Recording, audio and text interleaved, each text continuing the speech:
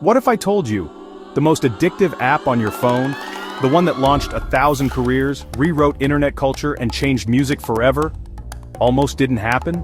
That before TikTok, there was no fame, no trends, just a quiet failing startup in China, led by a founder nobody believed in, rejected by investors, mocked by the press, even his first app was laughed out of the room, but behind the scenes, that same founder was building something massive.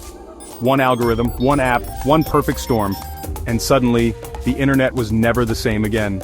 This is the insane true story of how TikTok went from nobody to global takeover, and why its origin is way darker and weirder than you think. Before TikTok, before Douyin, there was just one man, Zhang Yiming. He wasn't flashy, he wasn't loud, he was an engineer, quiet, calculated, but he had a big dream: to change how we consume information. In 2012, he launched his first app, Toutiao, a news aggregator powered by AI, no editors, no headlines, just content that got smarter the more you used it. But the problem? Nobody believed in him. Investors said, why would anyone want a robot to pick their news? Others said he was crazy to go up against Tencent and Baidu. At one point, Zhang pitched his idea to 30 different VCs. He was rejected by 25 of them. He had no media background, no connections, and no funding. But he had something even more powerful: relentless belief in data. And while the world was ignoring him, he was training the algorithm that would soon change the planet. While everyone laughed off his news app, Toutiao began quietly growing. It didn't rely on trending stories, it didn't follow politics or clickbait. It learned you. What you liked, how long you paused, what made you scroll, what made you stop. Within 2 years, Toutiao had over 100 million users. And Zhang had proven them all wrong. But he wasn't done. He saw something the others missed. The future wasn't in text, it was in video.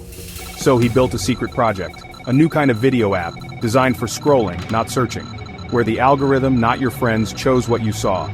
And in 2016, that app launched in China under one name, Douyin. It wasn't a clone, it wasn't YouTube. It was something new entirely. Short videos, endless scroll, addictive feedback. But Zhang didn't stop there. He had a bigger plan.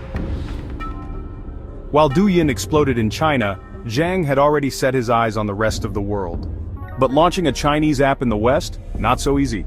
So in 2017, ByteDance made its boldest move yet. It bought Musical.ly, a lip-syncing app already popular in the US, for $1 billion. At the time, Musical.ly was goofy, cringy, a fad.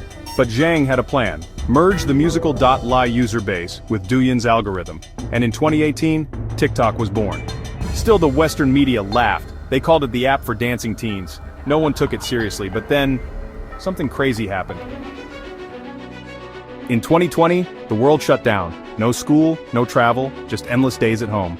People were lonely, bored, scrolling. And TikTok, it understood you better than any app in history. Within seconds, it knew your vibe, your humor, your taste, your fears. It wasn't just another app, it was a mirror and a stage. Kids became comedians, parents became pranksters, unknown artists went viral overnight. And TikTok did something no other platform had ever done. It made the average person feel like a star. By the end of 2020, TikTok had passed 2 billion downloads, but with all that power came backlash. As TikTok grew, governments got nervous, India banned it, the United States threatened to ban it, lawmakers claimed it was dangerous, a spy tool, even the president stepped in trying to force a sale. ByteDance was suddenly facing global war. And yet users kept scrolling, creators kept posting, and TikTok, it just got stronger. Why? Because it wasn't just a company anymore, it was a culture.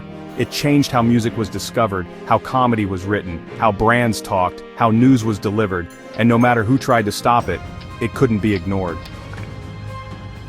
Today, TikTok is more than an app. It's the new MTV, the new YouTube, the new everything.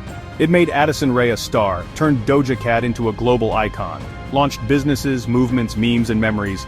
Even Instagram and YouTube had to copy it. And Zhang, that quiet engineer who nobody believed in, he built one of the most valuable private companies in history, with ByteDance now worth over $220 billion, all because he refused to give up on his idea. You know, TikTok didn't start as a dancing app.